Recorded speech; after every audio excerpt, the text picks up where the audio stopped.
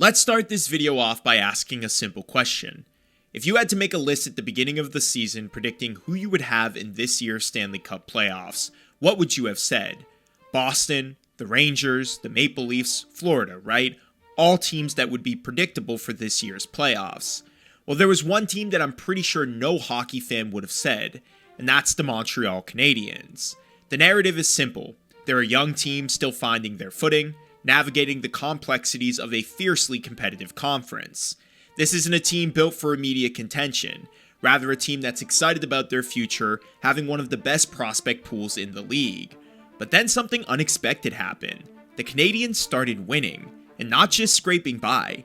They started playing exciting, impactful hockey.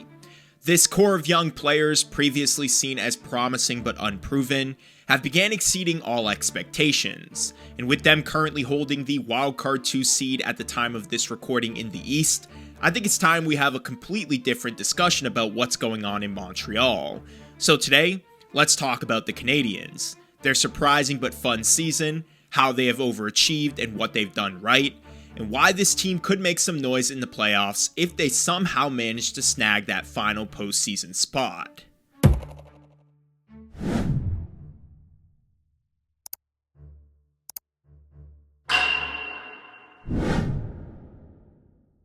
Hockey is just better when the Montreal Canadiens are good, eh boys? Welcome back to the channel. Today we are discussing the Montreal Canadiens and their somewhat crazy season, going from being the expected bottom team of their division to now potentially being a playoff team. So this is one of the more feel-good stories of the year, along with some other teams who are way ahead of schedule in their rebuild. So let's get into every aspect of this team to help you guys better understand why the Montreal Canadiens are better than you thought. Let's start with a brief history about modern Montreal rosters. Since the year 2000, the Canadiens have been an up-and-down franchise. One year they would be fighting for the top of their division, and the next they would be outside of a playoff bubble. Unpredictable would be the word to describe an otherwise historically successful franchise. Despite the fact that Montreal was the last Canada-based franchise to hoist the Stanley Cup, they've only made it back to the finals one time back in 2021. But why is that? Well, it's a combination of things. For starters, in their recent rebuild, they've taken things to a new direction, but a typical Montreal Canadiens team was built around a combination of strong goaltending and a traditional defense. But when it came to the offensive side of the puck, things just never really clicked for this organization. Now, some will say that the Canadiens didn't deliver during the Carey Price years, or at least that they didn't surround him with enough offensively to get the job done. Fun fact is that the Canadiens have not had a 100-point player since Mats Naslund in the 1985-86 season, and the last time they've had a player with over 80 points was in the 2007-2008 season with Alex Kovalev. The reason I bring this up is because it helps segue perfectly into my next topic, which is the modern Montreal rebuild.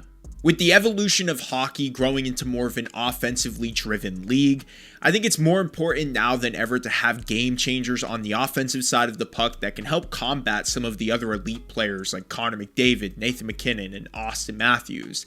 And while the Montreal Canadiens haven't acquired a player of that caliber, I think they've done a really good job trying to rebuild this team under a different model than what we're typically used to seeing up at the Bell Center. So let's start by talking about that, what this team has done different in this rebuild, and why I think they actually took a better approach this time around. At this point, I think it's fair to say that the identity of the modern Montreal Canadiens is their offensive talent, or at least their forward core. Montreal has done an excellent job accumulating prospects and players that complement the system that they have created. For instance, their top line of Caulfield, Suzuki, and Slafkovsky has been a driving force for this team's offense all season long. Suzuki, with 71 points on the year, is one of the more underrated players in this league. He can be flashy with his offense at times, but more importantly, he's responsible and consistent. With Suzuki being more of a playmaker, the Canadiens decided to pair him with two players who would complement his game well. The first being one of the league's more elite goal scorers in Cole Caulfield, who has 33 on the season and counting, and the other being Slafkovsky, who's been off to a slow start since being drafted first overall in 2022, but with his size and potential, he could be a great power forward to pair alongside these two players. Montreal is also finding success because they have improved through important team-based stats. They've moved up 10 spots with their power play percentage from last year, going from 27th to 17th, and have also improved through 5v5 play, going from 20th last season all the way to 13th this year. It also helps that Montreal has decided to take some chances on a few distressed assets, or at least flyers. This would include guys like Kirby Dach, Alex Newhook, and Patrik Laine. While guys like Dach and Newhook have been slightly underwhelming with injuries and lack of production, it seems like Laine has been a good addition for this team, and looks to be happy for the first time since his Winnipeg days. Couple this with a solid bottom six and the talent of their top line, and Montreal has put together a really solid unit that can only improve with time. So outside of their offense, I think the Canadiens still have a lot to do when it comes to growing into the team that they can be. And that's not to say that their defense and goaltending is bad by any means. It just means that they still need to do quite a bit when it comes to their back end especially, in order to become a serious contender.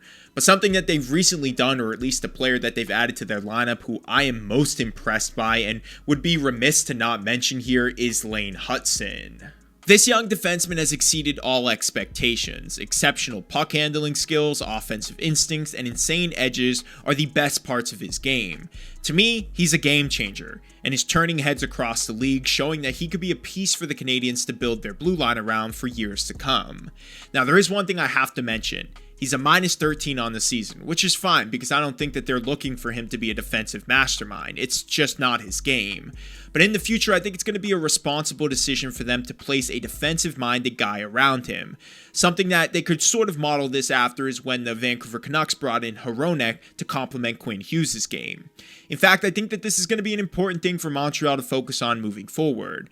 I think Lane Hutson is going to be a pivotal piece for them and provide their offense with a different layer, something that typical Montreal Canadian teams just haven't had in the past.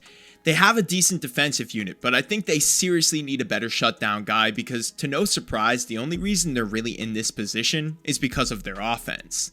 In fact, something that's also worth noting is that their goaltending numbers are down, despite this team having a better record than last year. So taking a look at a few stats, last year they ranked 20th in save percentage, and this year they're 28th. In terms of goals against average, they're at the same level that they were last year, ranking 25th. And you might think that this is on the goaltending, but I actually disagree, and we'll use some advanced stats to show you what I mean. Montembeault ranks 7th in goals saved above expected, and Dobas ranks 11th in high danger saves above expected. These are a couple of individual stats that show that they're trying to keep Montreal in games despite them having lower save percentage and goals against average numbers, which can most likely be attributed to the defensive unit's poor play. Like I mentioned earlier though, Montreal is doing this without one of their better defensive prospects in David Reinbacher, and now they don't have Kirby Dach within their lineup, but something else that's important to note here is that they're also doing this without one of their best prospects in Ivan Demidov, who's been tearing it up in Russia this year and should be a great addition to their forward core as well as they continue to build forward.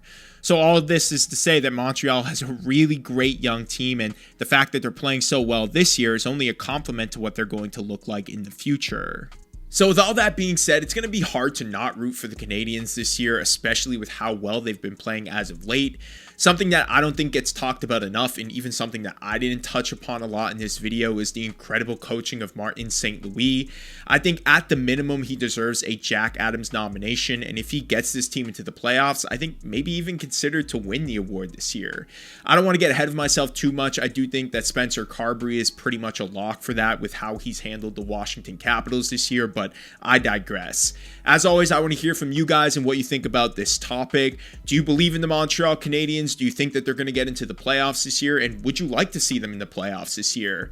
Again, the wild card is going to be changing up and down over the next couple of weeks, so there's no guarantee here, but I think it would be a pretty cool story if Montreal got in. So thank you guys so much for watching these videos. If you want to see more stuff like this, go ahead and hit that like button now and subscribe to the channel. Again, thank you guys so much for watching. I will see you guys in the next episode.